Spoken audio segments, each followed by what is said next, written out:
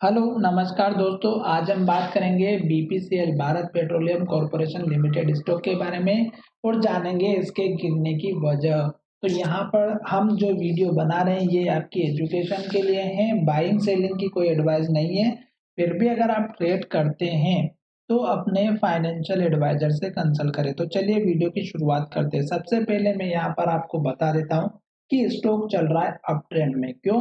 क्योंकि 200 दिनों का जो मूविंग एवरेज है वो स्टॉक को यहाँ पर इंडिकेट कर रहा है पॉजिटिव डायरेक्शन में, क्योंकि यहाँ से स्टॉक ऊपर था और अभी तक स्टॉक अप ट्रेंड में दिखाई दे रहा है। साथ ही स्टॉक में जो हमारे पुराने लेवल्स होते हैं वो हमारे लिए बहुत ही इंपॉर्टेंट होते हैं, क्योंकि जब भी स्टॉक हमारे पुराने लेवल्स के पास आता है तो स्टॉक हमारे वहां जाकर के सपोर्ट जरूर लेता है। जैसा कि यहाँ पर मैं आपको एक लेवल बना करके दिखा देता हूँ।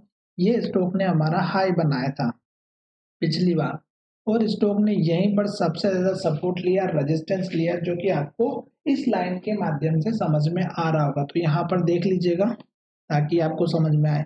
ये हाई बना, यहाँ पे हाई बना, फिर सपोर्ट लिया 3 बार, फिर सपोर्ट लिया, फिर हाई बना, फिर यहाँ पे हाई बना, फिर हाई बना और स्टॉक ने जब इस लेवल को ब्रेक किया एक अप ट्रेंड आया।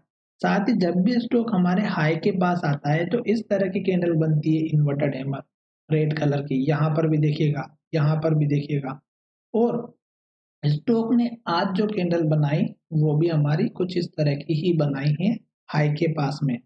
तो अब हमें किस तरह से इसके बारे में समझना है।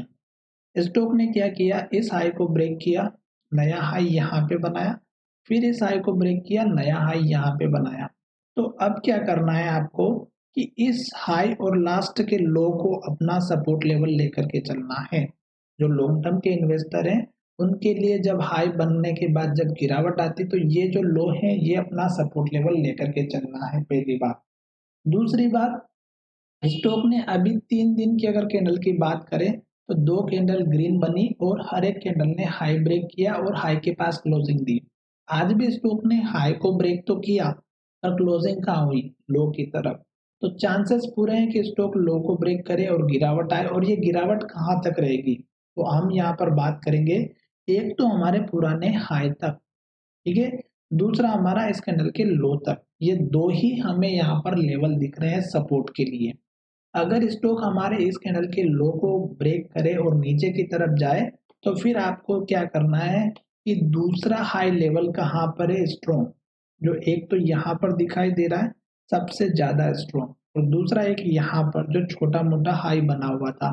तो ये लेवल भी आपको ध्यान में रखना है, ये 2-3 लेवल, ठीक है। तो ये 2-3 मैंने सपोर्ट के लेवल बता दिए। तीसरा जो इम्पोर्टेंट लेवल है वो है मूविंग एवरेज 9 डेज का। तो ये आपका सपोर्ट देता हुआ नजर आएगा। क्यों? क्योंकि स्टॉक देखिएगा यहाँ से ही सपोर्ट दे रहा था, यहाँ से भी सपोर्ट दे रहा था, और स्टॉक जैसे इसके ऊपर आता है और जब स्टॉक इसके आसपास भी आता है तो ये सपोर्ट देता हुआ नजर आता है। अब बात करेंगे कि सपोर्ट लेकर के ऊपर की तरफ जाएगा तो आपको टारगेट कौन सा रखना है। टारगेट इसी कैंडल के हाई का रखना है, और जब स्टॉक हमारे इस हाई को ब्रेक करेगा और ऊपर की तरफ जाएगा तो आपको किस तरह से पता करना है कि स्टॉक नया हाई बनाएगा और कब से रिवर्सल आएगा। तो उसके लिए मैंने आपको बता दिया है। जैसे कि यहाँ पर देखिएगा, इस कैंडल का हाई ब्रेक हुआ यहाँ पर, फिर इसने हाई बनाया, फिर हाई बनाया, फिर हाई बनाया, फिर हाई बनाया, फिर हाई बनाया, फिर हाई और फिर हाई।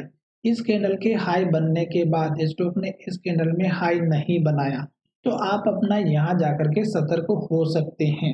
इसी तरह यहाँ पर भी देखिएगा, स्टॉक हाई बनाते बनाते अगर जाता है और ग्रीन कैंडल बनाएगा तो और भी अच्छी बात, क्योंकि वो हमें पॉजिटिव इंडिकेशन देती भी नजर आएगी। साथ ही पुराने लेवल्स को ना भूलें, क्योंकि ये जितने भी पुराने लेवल्स होते हैं ये सभी आपको इम्पोर्टेंट सपोर्ट और टारगेट का काम करते हैं, जैसे मैंने यहाँ पर आपको बना करके बताया है ताकि आपको अच्छे से समझ में आए।